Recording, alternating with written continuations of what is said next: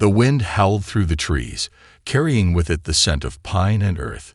Elias tightened his grip on the reins of his horse as he ventured deeper into the forest, his eyes scanning the path ahead. The village had been abuzz for days, the air thick with whispers and fear. Livestock had gone missing, disappearing overnight without a trace. It wasn't just a few chickens or goats, it was whole herds, taken in the dead of night. Farmers were losing their livelihoods, and some feared it was a wild animal, or worse, a creature of dark magic. But Elias, a seasoned hunter and tracker, didn't believe in superstitions. He believed in what he could see and touch. He'd been tasked with finding and capturing whatever was responsible. As the sun began to dip below the horizon, Elias thought he had finally found something. A set of large, fresh paw prints that led off the path and into the dense thicket. The trail was unmistakable. The beast was near. He urged his horse onward, the rhythmic clop of hooves on the dirt road echoing through the forest. His eyes, sharp as ever, caught sight of a break in the trees, a clearing up ahead. He slowed his horse, the familiar tension building in his chest. He knew he was close. Then he saw it. The wolf was massive, larger than any he had ever seen. Its coat was dark, almost black, and it moved with a grace and power that took his breath away. It stood alone in the clearing, its body tense, as though it sensed his presence. Elias's heart pounded in his chest as he studied the creature. It was not the trembling, starved wolf he had imagined. This one radiated strength, its eyes burning with a strange intensity that unsettled him. Those eyes, wild yet knowing, seemed to pierce straight into his soul.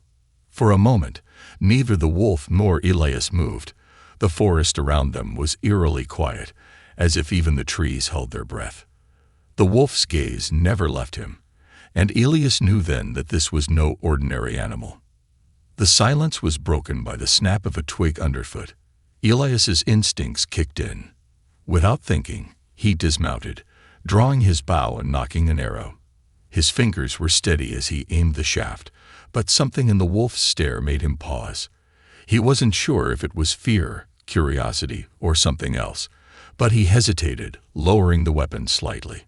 The wolf's eyes softened ever so slightly, as if reading the hesitation in him. It tilted its head, then took a slow step forward. Elias's breath caught in his throat. The wolf wasn't running. It wasn't even growling. It was watching him, waiting. "I'm not your enemy," Elias muttered under his breath, unsure whether he was speaking to the wolf or to himself. The beast's ears flicked at the sound of his voice, but it did not retreat. A low growl rumbled from the wolf's chest, deep and menacing, but Elias wasn't afraid. Instead, he felt an odd pull, something that went beyond his hunter's instincts.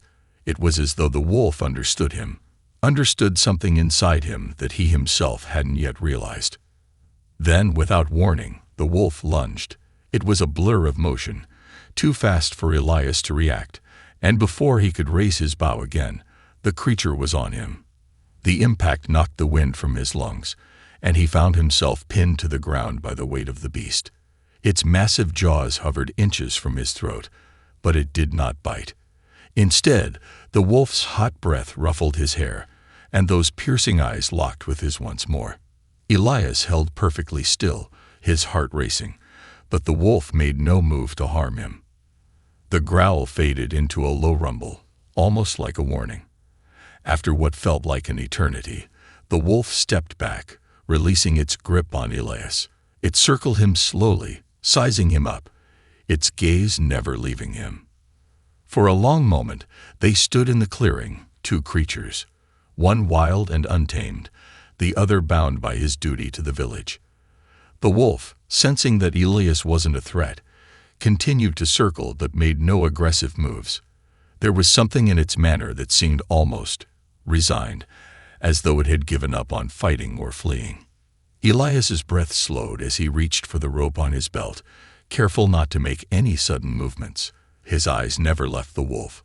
He had no idea why, but he felt as though he could almost understand the creature, its confusion, its rage, and perhaps even its sorrow. He stood up slowly, offering his hand in a tentative gesture of peace. The wolf stopped, and for the briefest moment, it seemed to hesitate. Then, in a movement so quick Elias barely saw it, the creature bolted. He watched as the wolf disappeared into the forest, its shadow fading into the gathering dusk. The air around him felt charged, and the forest seemed to close in, as if the trees themselves were watching him. Elias was left standing in the clearing, staring into the darkness, a strange feeling gnawing at him. Whatever that creature was, it wasn't just a wild animal. And the encounter wasn't over, not by a long shot. The following night, Elias couldn't shake the memory of the wolf. The creature's eyes, dark and full of depth, haunted him. The forest, once familiar and comforting, now seemed charged with an unfamiliar energy. His thoughts circled like the winds that rustled the leaves outside his window. He had come to the village to solve a problem, to capture a dangerous beast, but everything felt wrong. The wolf had not been just a predator. It had been something else, something more. Unable to sleep, Elias rose from his bed and walked toward the small cabin where the wolf was being kept. The cage, which had once seemed so secure, now felt like a prison. He wasn't sure why he felt compelled to go back. It was late, and the village was quiet, with only the faintest flicker of lamplight visible through the misty air. But something inside him stirred, something that could not be ignored. The moon was full, casting a pale silver glow over the landscape as Elias approached the small wooden pen that housed the wolf. He paused, feeling the chill of the night creeping through his coat. For a moment, he wondered if he had been foolish, if this was all just some wild, unexplainable fantasy. But the pull was too strong, too pressing. Something was waiting. As he approached the cage, Elias saw the wolf lying in the corner, its form silhouetted by the moonlight. Its breathing was slow, almost serene. The beast appeared to be sleeping, but Elias wasn't fooled. He felt the wolf's gaze long before he saw its eyes. They glinted in the darkness, sharp, watching. Without warning, the wolf lifted its head, and for the briefest moment, their gazes locked. A shiver ran down Elias' spine. This time, it wasn't the fierce stare of an animal sizing him up. There was something different, almost human, in those eyes. The intensity was overwhelming, and Elias found himself rooted to the spot, unable to look away. Then, unexpectedly, the wolf spoke. "Please." The voice was soft, almost a whisper, but it was unmistakably human. Elias's breath caught in his throat. He blinked rapidly, questioning his sanity. The wolf's lips barely moved as it spoke again, its voice filled with an edge of desperation. "Please, free me." Elias staggered back, heart pounding in his chest. He shook his head, as though the very act of shaking off disbelief would make the words vanish. But they didn't. The wolf's voice continued, low but clear, weaving through the still night air. "I am not what I seem," it said. "I have been trapped in this form for centuries. I beg you, release me, and I will leave this place. I will never return to harm you or your people." The wolf's words were tinged with a quiet plea, a sorrow so deep that it made Elias's chest ache with sympathy. He stood frozen, struggling to comprehend what was happening. Was this some kind of trick? Was the beast attempting to manipulate him with some dark magic? But as Elias stood there, staring at the wolf's eyes, he couldn't deny the feeling in the pit of his stomach. There was truth in the animal's words. No creature, no matter how intelligent, could mimic such genuine sorrow. This was not a wild animal. This was something ancient, something cursed. The wolf let out a soft, almost mournful sigh, and it lowered its head slightly. "You don't have to trust me," it continued, its voice soft and heavy. "But I swear to you, I mean no harm. I am a victim of a curse, one I cannot escape alone. I need your help. Please, you are my only chance." Elias stepped closer, his breath steadying, though his mind raced. A curse. This was beyond anything he had ever imagined. He had been a hunter, tracking animals for years. But this was something else entirely. A part of him wanted to turn away, to dismiss it as madness. But another part, something deep inside him, perhaps a long-forgotten part of himself, felt the weight of the wolf's words. He swallowed hard, struggling to maintain control over his thoughts. "What do you mean, a curse?" he asked, his voice barely above a whisper. "How can you speak? You're just a beast." The wolf lifted its head again, eyes now softer, filled with an ancient sadness. "I was once human," it said, its voice thick with the weight of memory. "A prince, long ago. A foolish one. I angered the wrong sorcerer, and for my pride, I was cursed to walk the earth as a wolf. I cannot break the curse alone." The wolf's eyes narrowed, as if searching for understanding in Elias. "But if you release me, I can return to my true form. I will be free. Free from this monstrous prison." The night air seemed to still, as though the forest itself was listening. Elias felt his mind whirl, torn between disbelief and the strange pull of the creature's plea. Was this truly a prince, or had madness finally claimed him? The wolf gave him a moment to process, before it spoke again. "I will never harm your village. I swear it," it said. "But you must set me free. Only then can you understand the truth." Elias stood in the darkness, the weight of the decision pressing down on him. The moonlight shone through the trees, casting long shadows across the clearing. The wolf waited, its eyes not pleading, but steady, patient, as if it knew the gravity of the moment. And for the first time in his life, Elias felt the unmistakable pull of something greater than reason. The creature wasn't just asking for freedom, it was begging for a second chance. The next morning, Elias couldn't shake the weight of what had transpired. The wolf's plea echoed in his mind as he sat on the edge of his cot, staring into the flickering flames of the hearth. He had spent hours in the clearing the night before, contemplating the creature's strange words, trying to make sense of them. His logical mind screamed that it was a trap, some sort of manipulation. But deep down, something in his gut told him it was no ordinary beast. Yet Elias was no fool. He had lived in the mountains long enough to know that magic, true magic, was not to be trifled with, and curses were the most dangerous of all. There were old stories in the village, whispered warnings about things that roamed the forests beyond, creatures that were neither fully human nor fully animal, cursed to walk the earth for eternity. But never had Elias imagined that he would be faced with one himself. As he sat, lost in thought, there was a knock at the door. Elias stood quickly, pushing the door open to reveal an older woman standing on the threshold. She was hunched, with a face creased by age and wisdom. Her eyes, though, were sharp and unnervingly clear. The villagers knew her as Mara, a recluse who lived on the outskirts of town. Some called her a witch, others simply an eccentric, but all agreed that she possessed knowledge of things most people feared to understand. "I've been expecting you," she said softly, her voice carrying a weight that made Elias's skin prickle. "Expecting me?" Elias asked, taken aback. He had never spoken to her before, but her reputation was well known. Mara had a way of knowing things she had no business knowing. "I know what you've encountered," she continued, stepping inside without waiting for an invitation.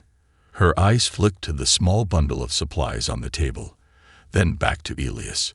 "And I know you're wondering whether to believe it." Elias's hand instinctively went to his sword hilt. "What do you know about the wolf?" Mara raised a hand. Her fingers gnarled like roots, but her movements were graceful. "It's not a wolf," she said quietly. "At least, not anymore." Elias frowned. "What do you mean?" She sighed, sitting down in the nearest chair as if she had all the time in the world. "I've lived long enough to know the signs," Mara said. "There are ancient forces at play in this land, forces that have twisted the natural order of things." She paused, eyes narrowing. "That creature you freed, Elias, is cursed. It was once a man, a prince, who made a terrible mistake." Elias stiffened. "He told me the same thing." She nodded. Of course he did. But you must understand something. Curses like this aren't born of mere misfortune. The prince you met wasn't just cursed for his pride, as he may have told you. His curse is part of a greater plan, one that goes back centuries. Her voice dropped to a whisper. And his freedom comes at a price that could doom you, and this village. Elias shook his head. I don't understand. He said he would never harm anyone. He swore it. Mara's eyes darkened. That's what he wants you to believe. But curses like this aren't easily broken. You see, freeing him is not just about setting him free from his animal form. It's about undoing an ancient balance, an act that could unleash something far worse than the wolf itself. Elias took a step back, his mind reeling. You're saying I should leave him caged? The old woman studied him carefully. No, she said, her tone soft but firm. What I'm saying is that you need to know the full truth before you make a decision. The curse he carries is tied to an ancient sorcerer, one whose power doesn't just affect him, but the very land around us. If you release him, you release the sorcerer's curse upon this entire region. The wolf, the prince, might never harm you, but the sorcerer's vengeance will be swift and unforgiving. Elias's heart raced. He could feel his stomach tightening with dread. He had been so focused on the idea of helping this strange, tormented creature, so drawn to the wolf's sorrow, that he hadn't thought of the bigger picture. What if freeing the wolf didn't just break the curse? It reinforced it. But how can I be sure? Elias asked, his voice shaking slightly. How can I know what's true? Mara's expression softened, and she looked at him with a mixture of pity and understanding. You can't. Not yet. But I can tell you this. You're not the first to be caught in this trap. The sorcerer is a master of manipulation. He knows how to make you believe what he wants you to believe. He has made it so that your only choice seems like the right one, while in truth, it may be the beginning of your downfall. Elias stood in stunned silence, his mind a storm of conflicting emotions. Was the wolf truly a victim? Or was he just another pawn in a game far beyond Elias's comprehension? He had always trusted his instincts, his ability to read the land, to know when danger was near. But this was something different, something far more dangerous.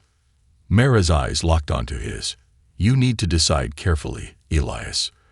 The wolf's freedom may cost you more than you can imagine. And when the sorcerer's curse awakens, there will be no going back. With that, the old woman stood and moved toward the door. Think on it, she said, her voice a final warning. Time is running out. As Elias watched her disappear into the morning fog, the weight of her words hung heavy in the air. He had come to this village to hunt a wolf. But what had he truly unleashed? The day dragged on like an endless storm, and Elias couldn't shake the words of Mara. Her warning echoed in his mind, her dark eyes a constant reminder of the dangerous path ahead.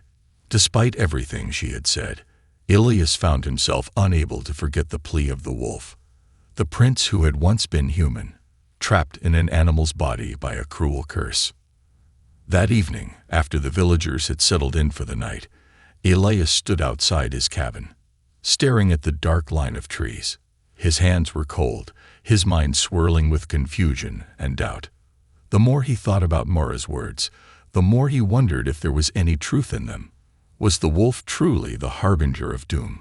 Or was it simply a creature cursed by an ancient injustice? And if freeing him meant something far worse, then what was the right choice? Could he really leave the wolf trapped forever, or would he betray the creature's plea? His heart weighed heavily with the decision. He had never been one to run from danger, but this was different. The wolf's eyes haunted him. They had looked human, pained, almost pleading for help. Could he live with himself if he didn't try to free him? Could he live with the knowledge that he had let the prince suffer for eternity? As the moon rose high in the sky, Elias knew that he had made up his mind. Whatever the consequences, he would release the wolf. The cold air bit at his skin as he made his way through the village, moving quickly, his boots silent on the dirt path. His thoughts were a blur, his mind full of uncertainty and fear, but his resolve remained firm. He couldn't undo what had already been done by capturing the creature in the first place. The wolf had trusted him, and Elias couldn't turn his back now. When he reached the cage, he hesitated for a moment, the metallic bars looming like a prison. He could hear the wolf inside, breathing deeply, and he knew it was waiting for him. Elias stepped forward, his fingers trembling as he unlatched the gate. The sound of the metal creaking echoed through the night, and for a moment, he thought he heard a low growl from within. Then the wolf emerged, its massive frame stepping out of the shadows. The creature's fur gleamed silver in the moonlight, its eyes glowing with an intensity that sent a shiver down Elias's spine. For a moment, the wolf simply stood there, looking at Elias. Its gaze was not one of hostility, but of quiet gratitude, and something else, something that Elias could not name. "I knew you would come," the wolf said, its voice smooth and clear, though still thick with an animalistic edge. "You have a good heart, hunter." Elias took a step back, his breath catching in his throat. You're free now," he said, almost in disbelief. His mind raced as he tried to process the weight of what he had done. He had set the creature free, but there was still so much unknown, so much risk. The wolf didn't answer right away. Instead, it stepped closer, its gaze never leaving Elias. For a moment, the air seemed thick with anticipation. Then, just as Elias was about to speak again, the wolf's body shimmered. Elias blinked rapidly, unable to understand what was happening, but he didn't have time to react. The transformation was swift, and before Elias could take a breath, the wolf was gone. In its place stood a man. The man was tall, with striking features, a strong jawline, sharp cheekbones, and dark hair that fell in waves to his shoulders. But it was his eyes that caught Elias's attention. They were the same eyes, the same piercing gaze that had once belonged to the wolf. The man's eyes burned with intensity, but there was something softer now, something human. He stood before Elias, his form still a bit unsteady, as though he hadn't fully adjusted to his human form. His clothes, now ragged, clung to his frame. The man's bare feet were pale against the dark earth, his muscles still taut from his time in the wolf's body. Yet there was an undeniable nobility about him, a presence that spoke of a time long past, when he had once been a prince. For a moment, neither of them spoke. Then the man, Kalin, Elias realized, broke the silence. "I am free," Kalin said, his voice hoarse but full of an emotion that Elias could not place. "But I am not whole. The curse, it is not truly lifted. I am bound still by the sorcerer's power, and it will not release me until my debt is paid." Elias felt a cold knot form in his stomach. "What do you mean? You're human again. You're free." Kalin's gaze darkened. "In a way, yes. But the sorcerer's curse is more than just a transformation. It binds my soul, my very essence. I can walk among you now, but I am still tethered to that power.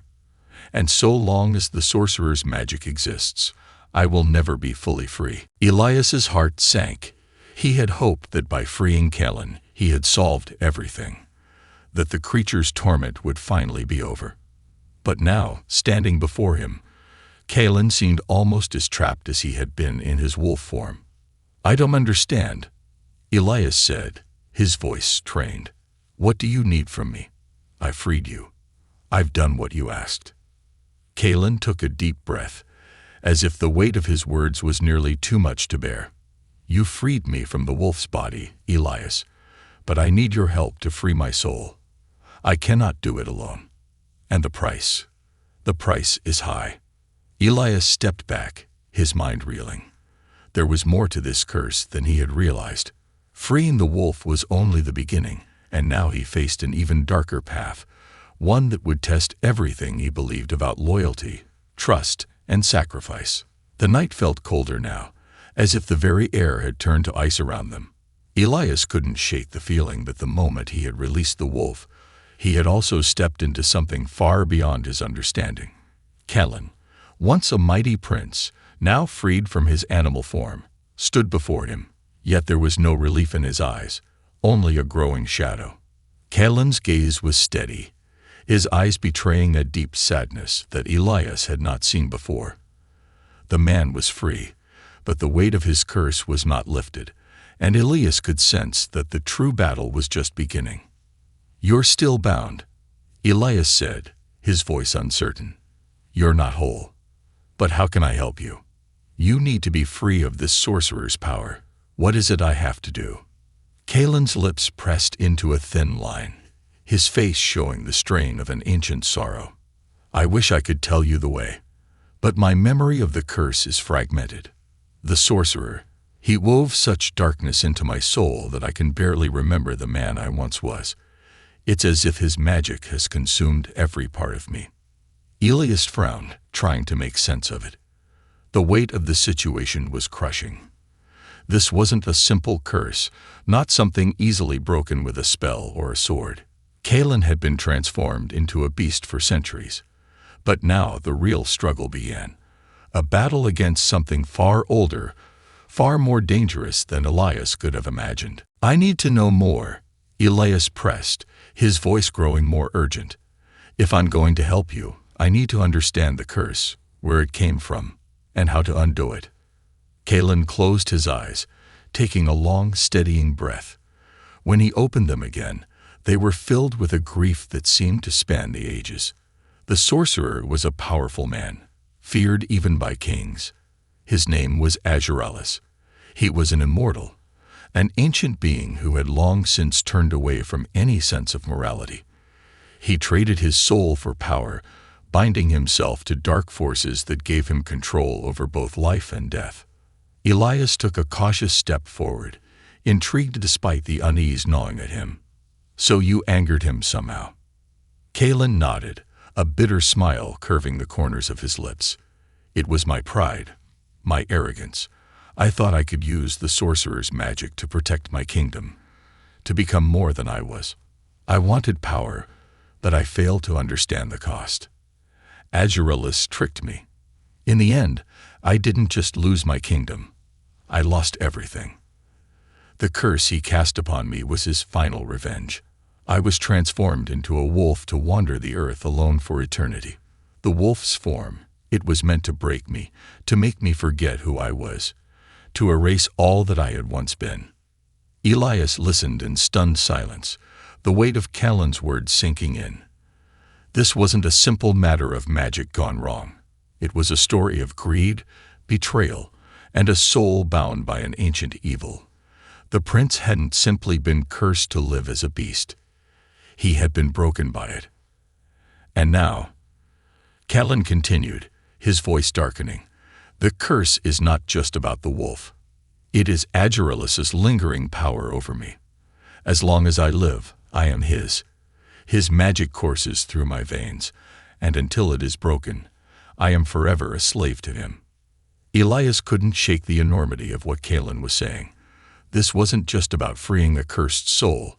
It was about undoing centuries of malevolent magic. Kellan's freedom would come at a terrible cost, and that cost could destroy more than just the two of them. "But how?" Elias asked, shaking his head. "How can we break the curse? If Azuralis is as powerful as you say, how can we defeat him?" Kellan's eyes darkened, and for a moment, he looked far older than his years. "The sorcerer cannot be destroyed by ordinary means. He lives through his curse, and his power is bound to the land itself. Only by severing the source of his magic, by finding a heartstone, can the curse truly be undone." Elias blinked. "The heartstone." "Yes," Kellan said, nodding gravely. "It is a relic of unimaginable power, the key to Azuralis's immortality. It is said to be hidden in the ruins of the Old Kingdom, buried beneath the mountains where the sorcerer first forged his dark magic. To break the curse, we must find it." Elias took a step back, the weight of the task settling on him like a boulder. The Heartstone. It sounded like something from legends, a mythical artifact tied to the very foundation of Azuralis's power. Finding it was a perilous task in itself, but what would they even face once they reached the ruins? What other dangers lay in wait? And where do we begin? Elias asked, the question falling from his lips before he could stop it. The journey ahead was sure to be long, treacherous, and filled with danger, but he knew that if there was any hope of freeing Kalin and undoing the curse, it was this. Kalin stood tall, his eyes focused, a fire burning in them now that had been missing before. We begin at dawn. The journey will take us through the forgotten woods and across treacherous lands. There is no turning back once we start. Elias nodded, steeling himself for what was to come. There would be no easy answers. The path ahead was fraught with peril, and there was no guarantee they would survive. But Kalin had trusted him to free him, and now Elias knew they were bound together by more than just a curse. They were bound by a shared fate. And whatever lay ahead, Elias was determined to see it through. The morning arrived like an omen, gray and heavy, the clouds pressing low against the sky. Elias stood outside his cabin, staring at the dense line of trees that marked the beginning of the journey ahead. The forgotten woods loomed in the distance, their dark silhouettes swallowing the horizon. Few dared enter, and fewer still returned. It was a place of superstition, feared by the villagers for its strange, unsettling atmosphere. The trees here were ancient, their trunks twisted in unnatural shapes, their gnarled branches reaching out like skeletal fingers.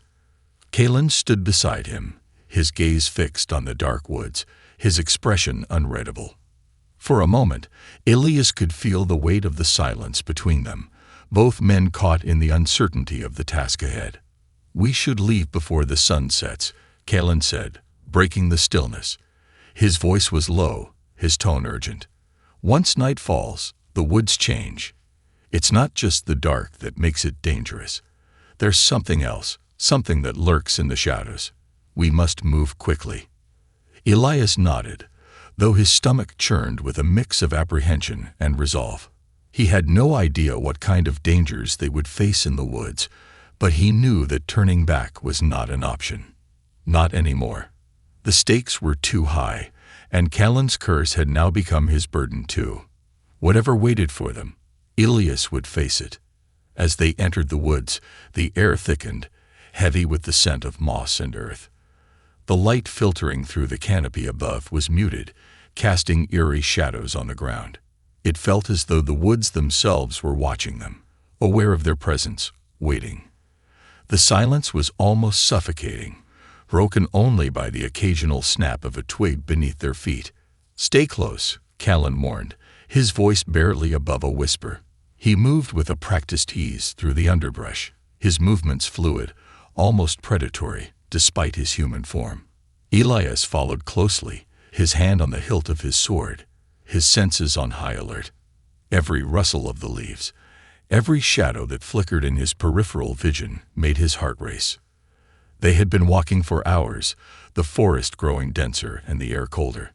The path grew steeper, the ground uneven, as though the land itself had been shaped by some ancient force. The deeper they went, the more the trees seemed to close in around them, their twisted forms like silent sentinels watching their every move. As they reached a small clearing, Kalin paused, his sharp eyes scanning the surroundings. Elias could feel the tension in the air, a shift in the atmosphere that set his nerves on edge. "It's too quiet," Kalin muttered, his brow furrowed. "Something is wrong." Before Elias could respond, a sudden movement in the trees caught his eye. The sound of something rustling in the underbrush, followed by a low growl, sent a chill racing down his spine. He turned sharply, his hand instinctively reaching for his sword.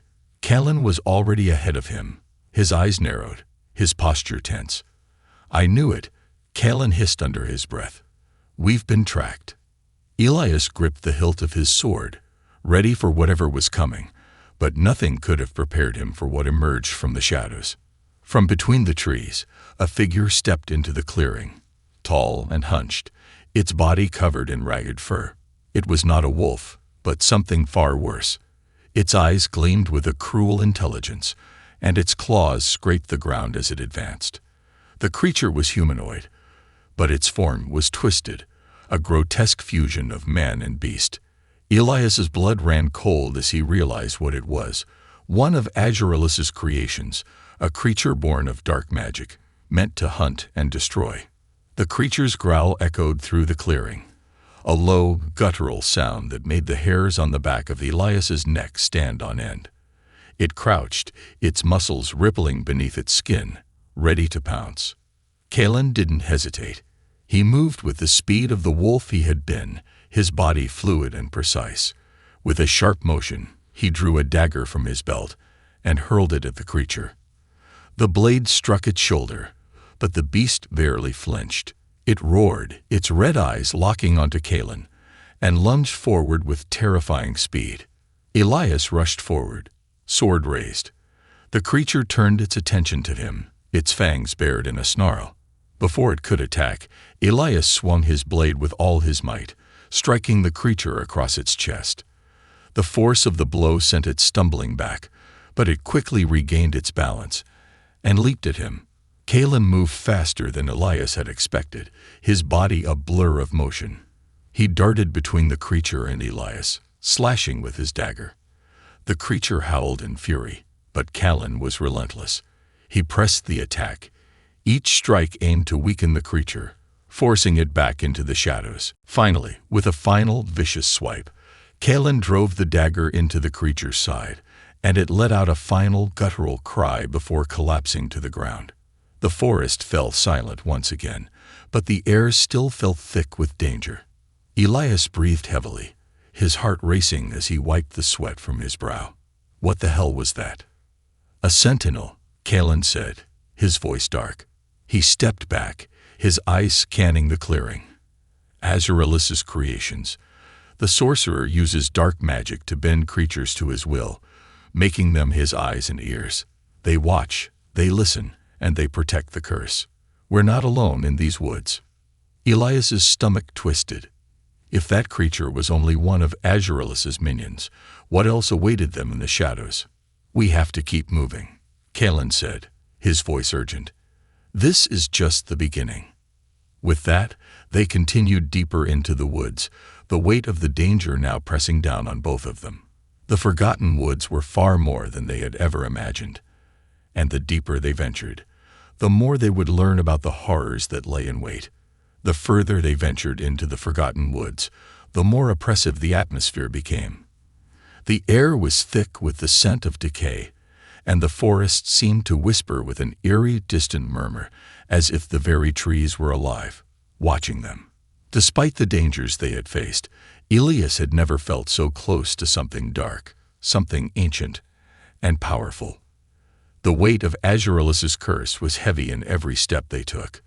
The path grew even more treacherous, the ground uneven and covered with twisted roots that threatened to trip them with every step. The canopy above grew thicker, blocking out most of the light, until only slivers of sunlight pierced through the dense leaves. Every noise, every crack of a branch underfoot, seemed magnified, as if the forest itself was pressing in on them. Kalen walked ahead, his face set in grim determination, but Elias could see the weariness in his steps. The journey had taken its toll on them both. Despite the urgency, despite the looming presence of Azraelus's magic, Kalen had not let his guard down. He moved like a man who had long ago become accustomed to the darkness. But Elias could see it in his eyes now, a flicker of something deeper, something more haunted. "Are you sure we're on the right path?" Elias asked, his voice low. Kalen glanced over his shoulder, his eyes narrowing. "We are close. The Heartstone lies beyond this ridge. But it's not just the land we have to fear. Azraelus has bound his magic to the very earth. The closer we get, the more dangerous it will become." Elias nodded, but he didn't fully understand what Kalen meant. He could feel the unease building inside him, an almost tangible presence in the air. It was as though the world itself was holding its breath, waiting for something. He glanced up at Kalen. "What exactly do we need to do once we find the Heartstone?" Kalen paused, his gaze focused ahead. "We must destroy it. It is the source of Azraelus's power. If we destroy the Heartstone, we can break the sorcerer's curse and free me for good." Elias swallowed, a sinking feeling in his gut. Destroying something that powerful, it didn't feel like it would be as easy as Callan made it sound.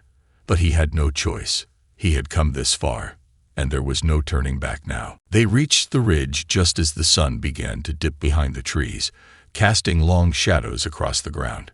A faint, cold wind stirred the branches, making the forest feel even more alive with menace. At the edge of the ridge, the land fell away, revealing a deep ravine filled with thick fog. Through the mist, they could see the faint outline of an ancient temple, its crumbling stone walls barely visible through the haze. "This is it," Callan murmured. "The Heartstone is inside." Elias's pulse quickened as they made their way down the ridge, the descent steep and precarious. The temple loomed ahead, its once grand structure now a ruin, consumed by time and decay. Yet there was something undeniably powerful about it, something that felt both sacred and cursed. As they approached the entrance, the air grew colder, the mist thicker. The temple's doors were massive, towering over them, but they were broken, hanging on rusted hinges. There was no sign of life, but the oppressive feeling only grew stronger, like a weight pressing down on their chests. "Be on your guard," Callan warned. "Azuralus's magic will test us here. We must be prepared for anything." Elias nodded, gripping his sword tighter. The path ahead was shrouded in darkness, and every step felt like they were walking deeper into a nightmare. Inside the temple, the air was thick with dust, the stone walls cracked and covered in strange, indecipherable runes. The atmosphere was unnervingly quiet, save for the sound of their footsteps echoing off the walls. As they moved deeper into the heart of the temple, a low, rumbling sound vibrated through the ground beneath their feet. "What was that?" Elias whispered, his hand instinctively reaching for his sword. Callan's expression darkened. "It's the sorcerer's final trial. The Heartstone is guarded by powerful magic.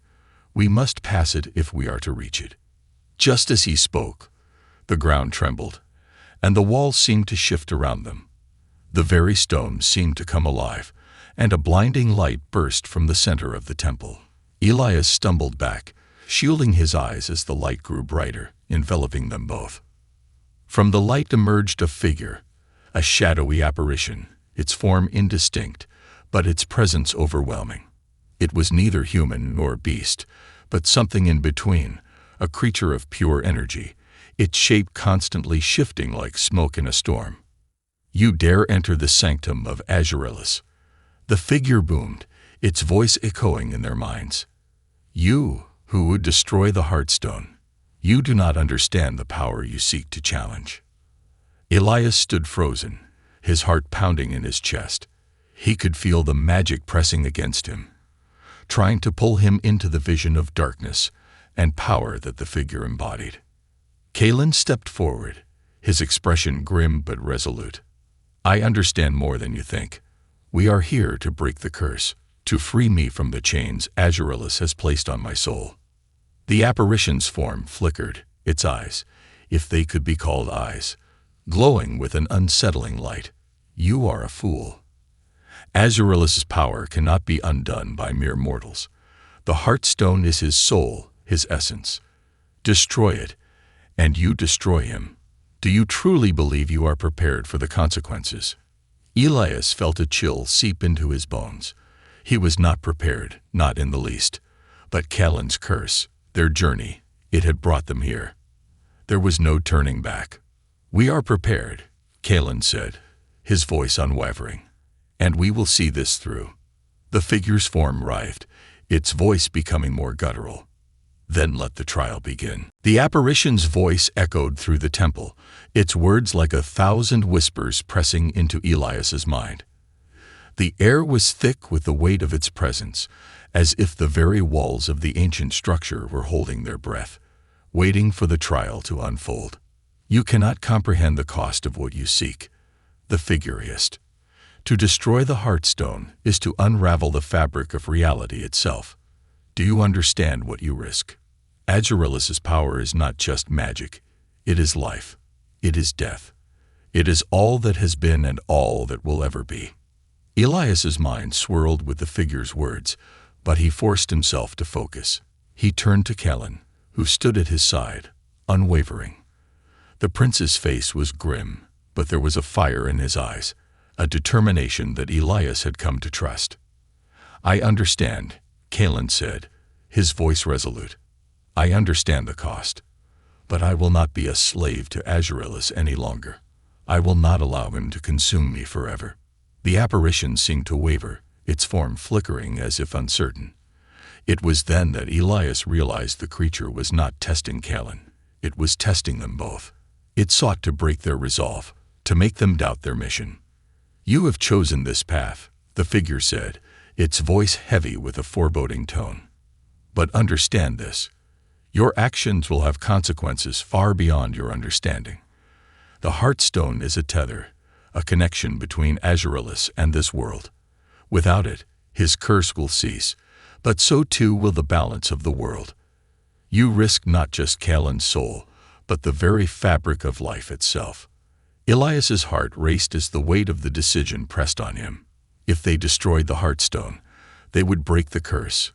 But would they unravel everything in the process? Would they doom the world to chaos? Kellen's voice broke through Elias's thoughts, steady and unwavering. "If I do not destroy the Heartstone, I will remain a prisoner of Agirelis's magic forever. I will live as a wolf, bound to the sorcerer's will, until I fade into nothingness. There is no other way." The apparition's form flickered again, its essence shimmering like a wisp of smoke, then faced the trial. It intoned, "You must prove your worth. Prove that you understand the consequences of your actions. Only then will you be allowed to make your choice." Before they could react, the ground beneath them rumbled violently, shaking with the force of an earthquake. The air grew colder, and the stone walls of the temple groaned as if they were alive. The apparition's form disintegrated into a cloud of shadows, swirling around them, filling the space with an oppressive darkness. A pulse of energy shot through the temple, and suddenly the room was bathed in a blinding light. At the center of the chamber, atop a pedestal of crumbling stone, was the Heartstone itself, glowing with an otherworldly light, its power radiating like a beacon. It was beautiful, a jewel of pure energy, suspended in midair, as though waiting to be touched. Kellen took a step forward, but Elias's hand shot out, stopping him. "Wait," Elias said, his voice hoarse. "This is it, isn't it? The Heartstone. It's not just the key to Agirelis's curse. It's the source of his power." Kellen nodded. "It is." But the light from the Heartstone intensified, casting long shadows across the walls of the temple. The very air hummed with power, a vibration that sent a shiver through Elias's bones. It was almost as though the Heartstone was alive, conscious of their presence, watching them. "Once you touch it," the voice of the apparition echoed, now distorted, as if coming from every direction. "There will be no turning back. You will make your choice. You will live with the consequences." Elias's thoughts raced. He had always believed in the notion of fate, that their paths had been laid out for them, that Kellen's curse was something that had to be undone. But now, with the Heartstone in front of him, he was not so sure. Could they destroy it without destroying everything else? Was there truly no other way? "I'm ready," Kellen said, his voice filled with certainty, but also an undeniable sorrow. "This has to end." Elias hesitated for only a moment before he stepped aside, giving Kellen the space he needed. The prince moved forward, his hand outstretched toward the Heartstone, the glow from it illuminating his face, casting strange shadows across his features. As Kellen's fingers brushed the stone's surface, a wave of energy surged through the temple. The very air seemed to crackle with magic, and Elias stumbled back, nearly losing his footing. A blinding light enveloped Kellen, and the sound of rushing wind filled the space, as though the universe itself was protesting the act. "No," the apparition's voice boomed, but it was too late. Kalen's grip on the Heartstone tightened, and the chamber was filled with a deafening roar of power. For a moment, everything seemed to freeze. Time itself appeared to pause, holding its breath. Elias stood at the edge of the pedestal, watching as Kalen's body trembled, his form consumed by the intense light. His eyes were shut tight, his entire being engulfed in a radiant aura. Then, with a sudden, deafening crack, the Heartstone shattered. A surge of energy burst from the stone, flooding the temple with an explosion of light and sound. Elias was thrown to the ground, his vision blurring, and a force like nothing he had ever felt before pulsed through him. The stone was gone. The curse was broken. And yet, in that moment, Elias could not help but feel that something had been lost forever.